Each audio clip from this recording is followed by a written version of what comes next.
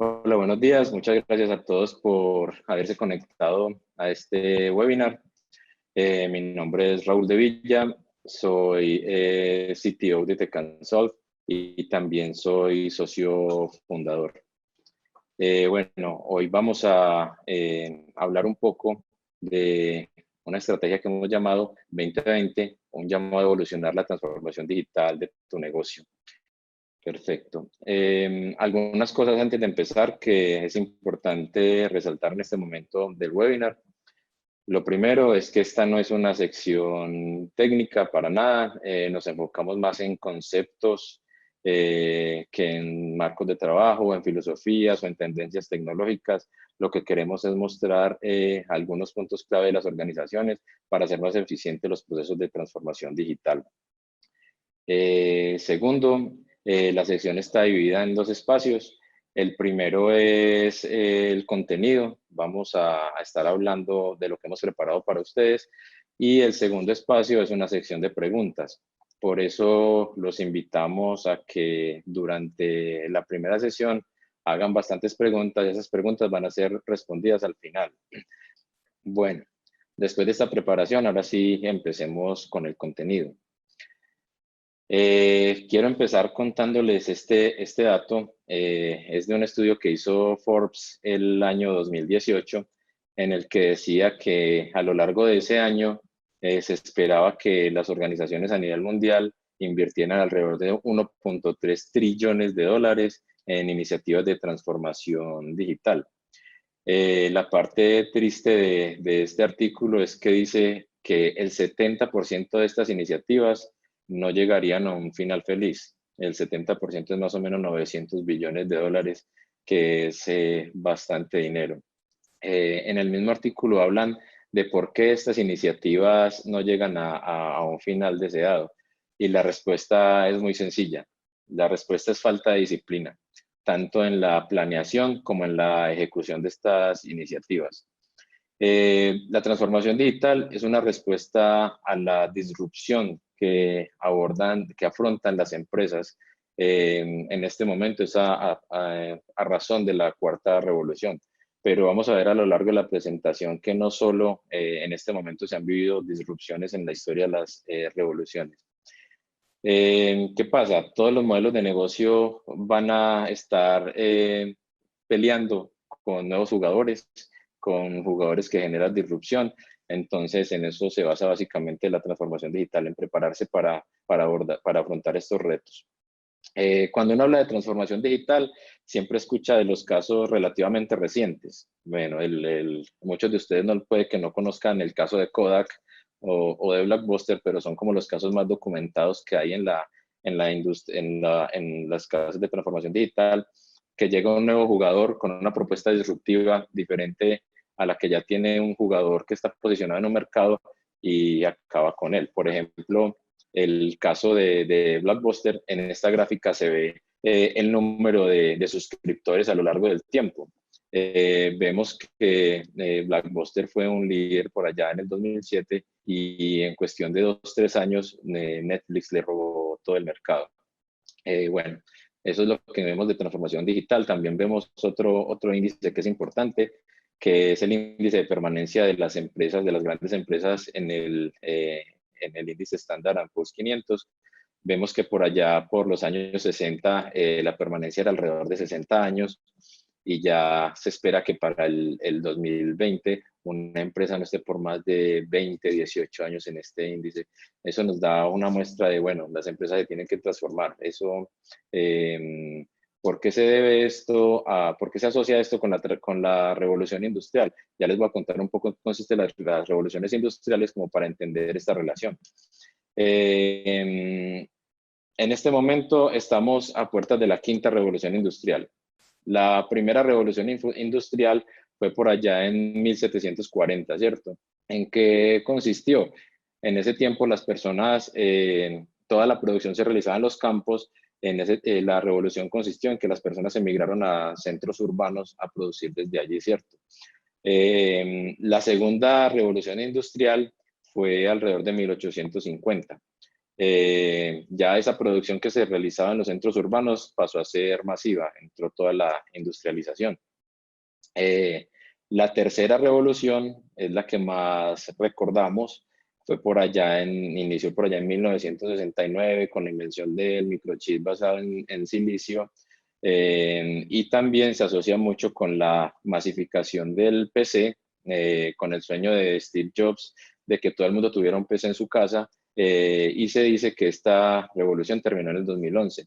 Por allá a mediados de los 90 tomó mucha fuerza la tercera revolución con la masificación del Internet. La cuarta revolución, que es la que llevó todo este boom de la transformación digital, lo que se basaba era en una fusión de lo físico, lo digital y lo biológico. Me gusta mostrar esta imagen de Amazon porque todo el mundo piensa que la cuarta revolución se basa en llevar lo físico a lo digital. Amazon, que es una empresa nativa digital, lo que hizo fue llevar lo digital a sus tiendas físicas, y con esto generó disrupción incluso en este campo. Ya estamos a puertas de lo que es la quinta revolución, que es está basada en inteligencia artificial. Vemos cada vez más propuestas alrededor de estas nuevas tecnologías. Vemos cada vez más soluciones, vemos cada vez carros inteligentes, vemos robots, vemos un montón de decisiones que ni siquiera los humanos son capaces de tomar basadas en información. Esta gráfica muestra como las edades de las transformaciones, ¿cierto? Acá vemos cuánto tiempo pasó desde la segunda revolución, desde la primera revolución, perdón, a la segunda. Fueron 110 años, parecido el tiempo que pasó de la segunda revolución a la tercera, que fueron 119 años, pero solo pasaron 42 años para llegar a una nueva revolución. Y después de eso solo pasaron 8 años y ya estamos en una quinta revolución. El mensaje aquí es que es necesario transformarse porque las empresas que no se transforman están condenadas a desaparecer. Quiero contarles rápidamente un par de historias que se llevaron alrededor de 1830, como para que vean que la transformación digital, la transformación, perdón, no es algo que obedezca a los tiempos que estamos viviendo, se debe a las revoluciones. La segunda revolución fue la revolución industrial y hubo dos empresas que les quiero contar porque me parecen casos de estudio bastante interesantes. Una de ellas es esta empresa, se llama John Stephenson. Ellos manejaban el comercio, eran el Internet de la época porque se dedicaban a hacer carruajes. En esa época todo se transportaba por carruajes, el correo se transportaba por carruajes, los materiales de construcción. Entonces eran carruajes de tracción animal, por ende la industria alimenticia de animales era también bastante importante. En fin, a John Stephenson se le reconoce por ser una persona bastante innovadora. Él en esa época incluso llegó a proponer buses de tracción animal y vehículos sobre vías férreas guiados por caballos, lo que llevó a una expansión del negocio de la carrocería bastante grande. Con decirles que en Brooklyn, en esa época solo existían 249 industrias de carruajes y ya en 1914 había 4.600 industrias en todo Estados Unidos, entonces era el negocio de la época. ¿Qué pasó? Bueno, a pesar de que John Stephenson era reconocido por sus habilidades de innovación, siempre innovó sobre lo mismo. Entonces llegó su asesino. El asesino de John Stephenson fue el motor de combustión interna, ¿cierto? El motor de conversión interna apareció por allá en 1919 y 5 años después habían desaparecido 4.400 industrias de carruajes. La segunda historia que les quiero contar fue la de Studebaker Corporation, era una empresa, una industria en este mismo sector, pero ellos por allá en 1897 ya empezaron a hacer ensayos, a hacer innovaciones alrededor del motor de combustión interna. Les fue bien, fueron considerados el Apple de la época, pero desapareció 114 años después. ¿Por qué les traigo a colación esta edad? Porque industrias como Ford y General Motors sí sobrevivieron. ¿Qué le pasó básicamente a Studebaker Corporation? No tuvieron una buena estrategia. A pesar de que tenían productos innovadores y de última generación, nunca se preocuparon porque esas capacidades fueran sostenibles en el tiempo. Entonces los modelos de costos los aplastaron. La transformación digital tiene dos momentos importantes, ¿cierto? El primero de ellos es cuando las organizaciones toman la decisión consciente de emprender un camino de transformación digital. Es como cuando el cohete despega. El segundo momento importante en la transformación digital es sostener el vuelo, que es quizás la parte más compleja de esto. Tener un producto innovador es algo fácil, pero todos los esfuerzos alrededor de que de que este producto se sostenga llevan demasiado tiempo y esfuerzo. Por eso tienden a que este tipo de innovaciones no se sostengan en el tiempo. Eh, Haciendo una conexión con las historias que le contábamos, en este lado estaría John Stephenson.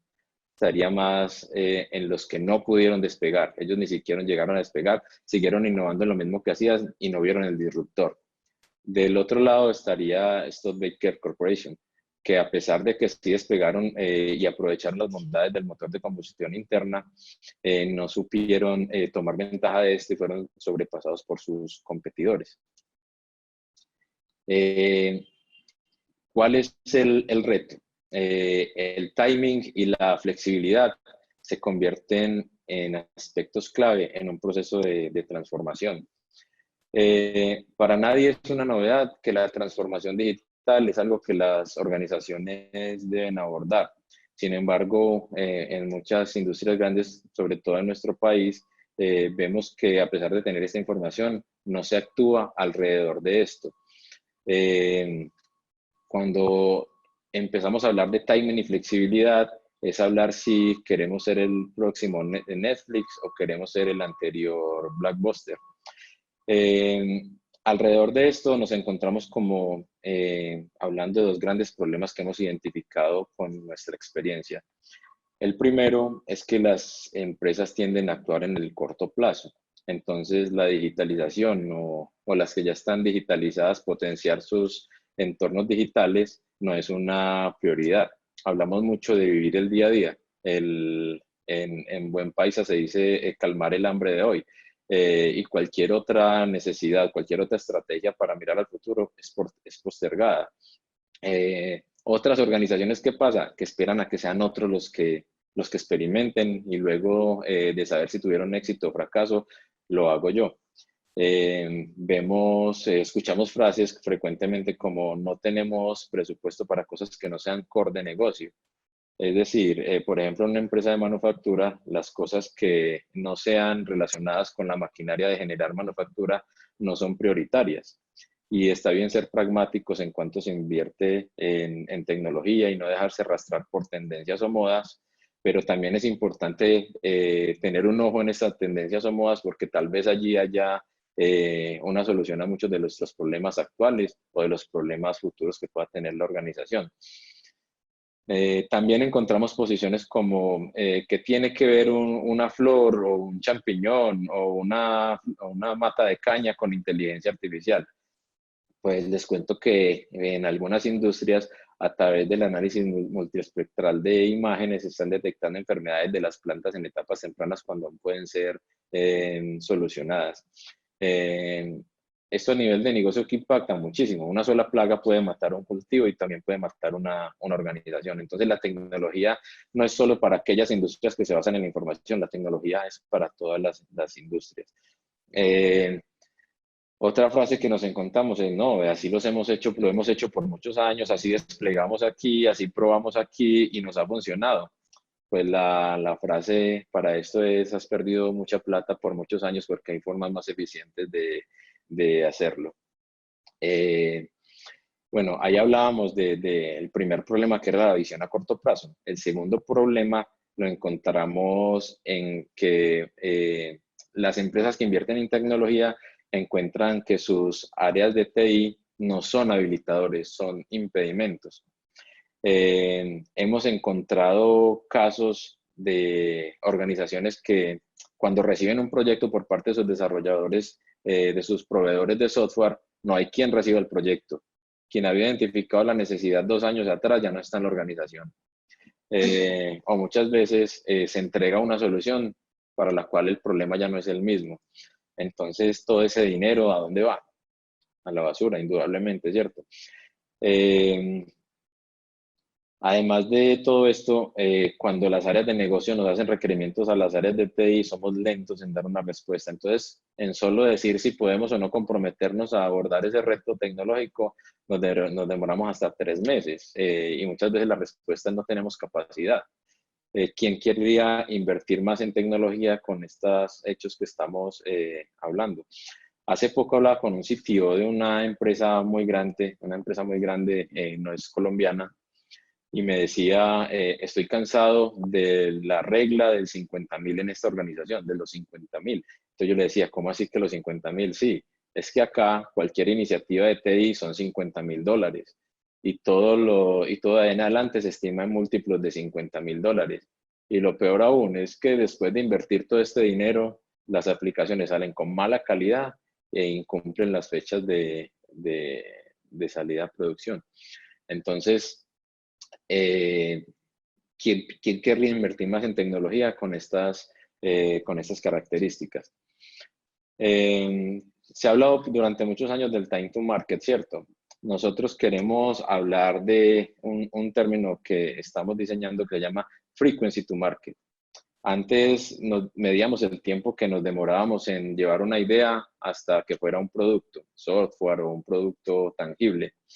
Ahora lo que tenemos que hablar es cuántas veces somos capaces de hacer eso en una unidad de tiempo reducida. Eso es lo que nosotros llamamos el frequency to market. Tenemos que permitir a la organización experimentar y no tiene mucho sentido experimentar cada año y a un costo no admitible por una organización. El llamado es a que las áreas de TI tenemos que dejar de vernos como un impedimento y pasar a ser una ventaja competitiva de las organizaciones.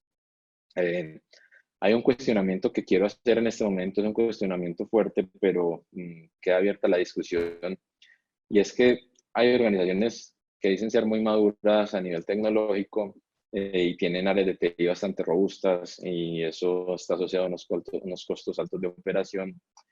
Pero cuando esas empresas empiezan a abordar retos de transformación digital, crean un área encargada de la estrategia de transformación digital, a pesar de que ya había un TI. Entonces, el mensaje ahí es, ¿será que nos están viendo como programadores y administradores de infraestructura? ¿Por qué no nos ven en la parte estratégica? Pues claro, hemos dado un montón de motivos que nos llevan como a vernos así. Cuando tienen una misión delicada, no se la vamos a entregar a quien ha ejecutado de una forma como ya lo dijimos desde hace tanto tiempo. Una muestra de esto es, por allá en el 2002, se hizo un estudio de las funcionalidades del software, cómo eran usadas, ¿cierto? Es decir, las catalogaban entre de uso frecuente, de que siempre la usaban y se iba abarcando esta gama hasta funcionalidades que nunca son usadas. Aquí les muestro un poco este gráfico que tiene algo bastante preocupante y es que el 45% de las funcionalidades de un software en ese tiempo no eran usadas. Eso fue en el 2002, ¿cierto? Y entre las funcionalidades de uso frecuente y de uso diario, solo se llevaba un 20%. ¿Qué quiere decir eso?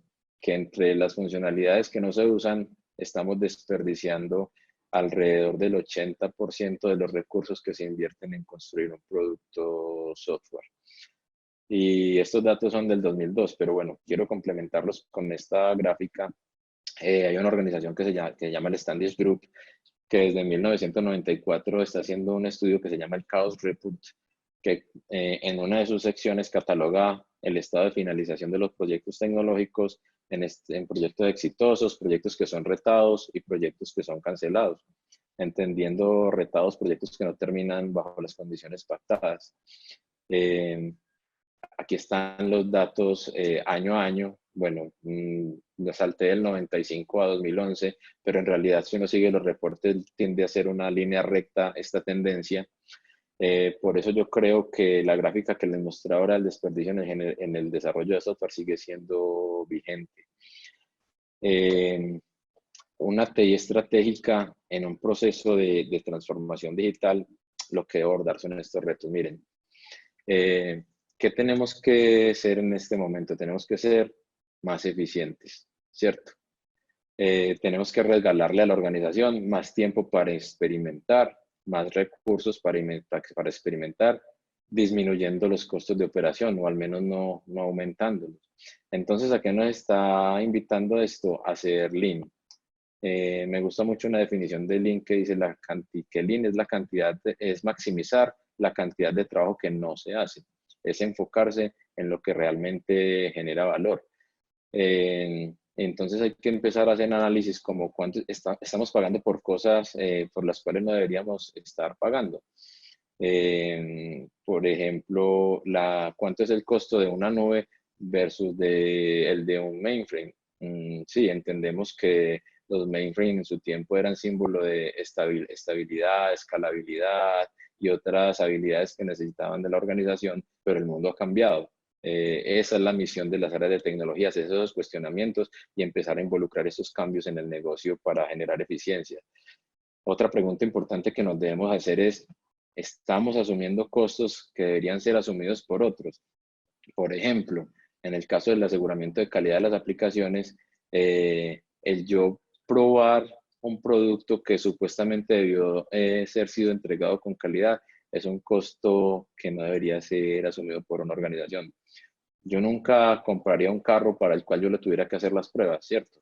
Así el vendedor me dijera, ve, si te chocas o si te falla el carro por alguna cuestión mecánica, me lo traes. Uno siempre asume que el automóvil que compró se hicieron pruebas y tiene calidad. Y así hay un montón de ejemplos en los que podríamos hablar un rato.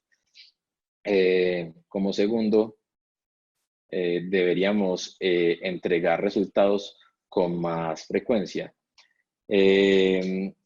Una pregunta, ¿cuántas veces se liberó? Pensemos en una aplicación, en las 5 aplicaciones más significativas de cada una de sus organizaciones o de los clientes para los que ustedes trabajan y pregúntese cuántas veces se liberaron versiones para los usuarios finales en el último mes.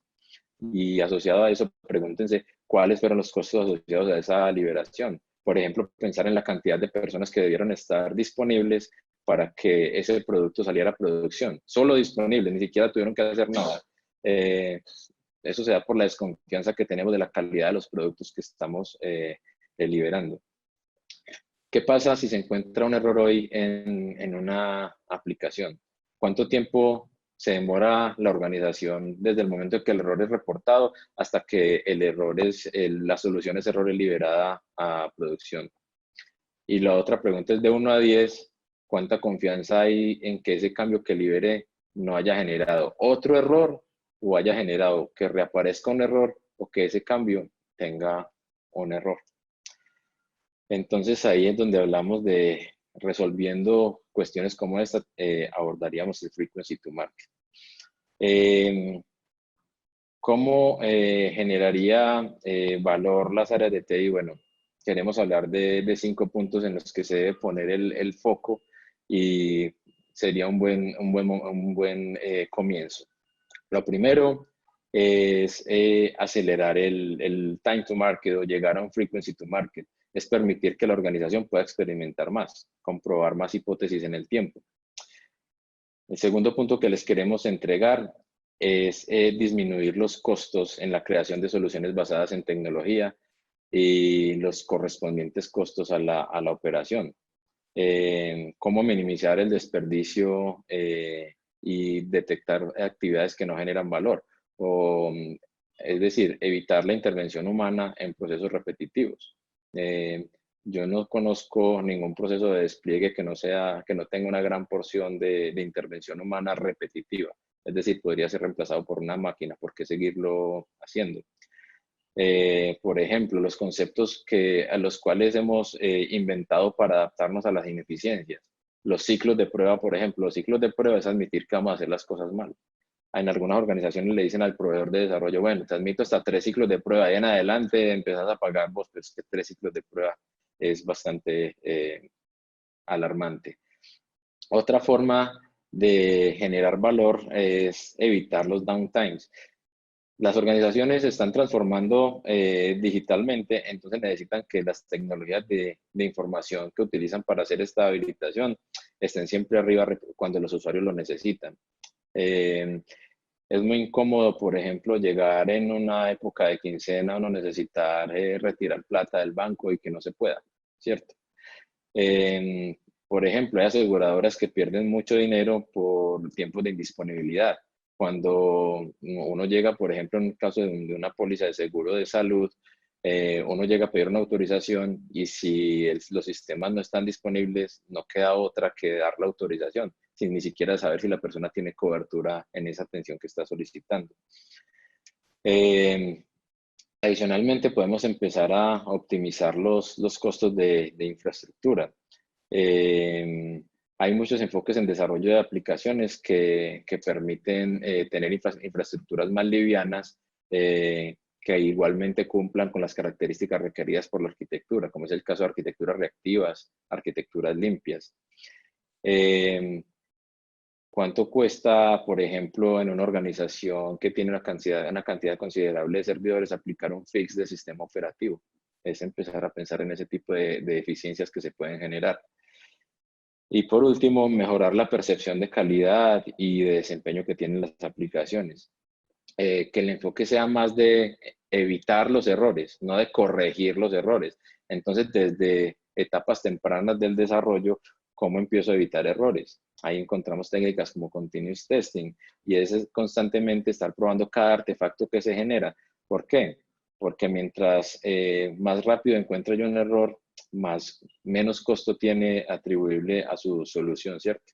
Lo que se conoce en Lean como close to the source. Finalmente, me gusta esta imagen porque es una imagen que muestra la evolución y eso es lo que invitamos en esta conversación, es a evolucionar en forma sostenible, en darnos cuenta que tenemos que hacer cambios. Stephenson siguió innovando, pero en la dirección que no era. Quiero contarles en este momento un caso muy bonito que hay en Colombia de transformación y es el caso de una disquera, se llama Codiscos. Codiscos ya no existe, pero ellos por allá en la década de los 80-90, cuando vieron la disrupción que estaba enfrentando el mundo de la música dada la digitalización, cuando aparece Napster y todo este tipo de alternativas de escuchar música por streaming, lo que hizo Codiscos fue, bueno, inevitablemente este modelo de comercialización de música va a desaparecer, pero la gente va a seguir escuchando música y lo más probable es que la hagan en dispositivos portátiles como en ese tiempo era el Walkman. Entonces Codiscos lo que hizo fue invertir en cómo generar baterías y ahí fue donde nació una empresa conocida hoy de talla mundial que se llama Tronex. Para cerrar, los quiero dejar con esta frase de Tony Saldana, que fue quien lideró todo el proceso de transformación digital de Procter & Gamble, y habla de que la verdadera transformación de las organizaciones debe incluir competencias que permitan que esta transformación sea en el largo plazo. Hasta aquí llegamos en la sección de contenido. Vamos a pasar a la sección de resolver inquietudes. Voy a leer algunas que han llegado. Permítanme un momento. La primera dice cómo manejar ese frequency to market y esa experimentación con la mala fama que tienen los mínimos productos viables y hacer ensayos que terminan haciendo la reputación de la empresa, que terminan afectando la reputación de la empresa con los clientes. Muy buena pregunta. Cuando uno habla de mínimo producto viable, deberíamos hablar de mínimo producto de valor. Es muy diferente uno entregar producto cada iteración, así sea entregar producto en ambientes productivos y ponerlo a disposición de los usuarios, que entregarle valor a los usuarios. Entonces, el frequency to market debería ser abordado desde la perspectiva de entregar valor. Y entregar valor se puede simplificar en comprobar más hipótesis de negocio a través del uso de las tecnologías de información. Tenemos otra pregunta que dice, ¿cómo sustentarle a la alta gerencia el invertir en infraestructura o tecnología sabiendo que eso no es core de negocio? Pues tenemos el caso de John Stephenson, que al final ellos innovaron siempre en lo que era core de negocio, innovaron siempre en carrozas. Ellos pensaron que los motores de combustión eran otro negocio. Lo mismo puede pasar en los proyectos de nuestras organizaciones, así el core de negocio no sea la información, que siempre lo va a ser, porque la información es la sangre de las organizaciones. Entonces, yo invertir solo en productos core de negocio, hago la analogía de pensar que el sistema de transporte de una ciudad se limita a tener buenos automóviles, ¿cierto? Y olvidarnos de las carreteras. Y finalmente, hay otra pregunta que dice, en mi proceso de transformación digital, ¿cuál es el momento de incluir DevOps? Lo voy a poner simple. Hacer transformación digital sin DevOps no es sostenible en el tiempo. Lo que hace DevOps es eliminar el desperdicio en la generación de productos tecnológicos. Entonces, esta pregunta la respondo con la analogía de Studebaker. Fueron innovadores, tuvieron productos muy bonitos, pero tuvieron ineficiencias al interior que los hizo inviables financieramente. No tenemos más preguntas hasta... hay otra pregunta. Muchas gracias. No tengo empresa de tecnología. ¿Qué tan importante puede ser DevOps para mí y qué necesito para implementar? A ver, está relacionada a la pregunta anterior. ¿Qué pasa si mi core no es tecnología? Yo creo que las tecnologías de la información siempre van a ser un habilitador a la eficiencia. Al involucrar tecnologías de información en una organización, lo que estamos respondiendo es a una pregunta que dice cómo hacer más con menos recursos o más con lo mismo. En el momento en que involucremos tecnologías de información, debo entrar a una siguiente pregunta, es bueno, ¿y cómo lo hago de forma eficiente? Eso es lo que me permite DevOps, incluir, habilitar la evolución de mi negocio utilizando tecnologías de información de una forma eficiente. ¿Cuándo incluirlo? Desde el inicio, porque después podrías estar entrando en reprocesos. Perfecto. Muchas gracias a todos los que nos acompañaron en este webinar. Estaremos haciendo otros en el futuro, para los cuales estaremos enviando invitaciones y esperamos contar con ustedes. Muchas gracias.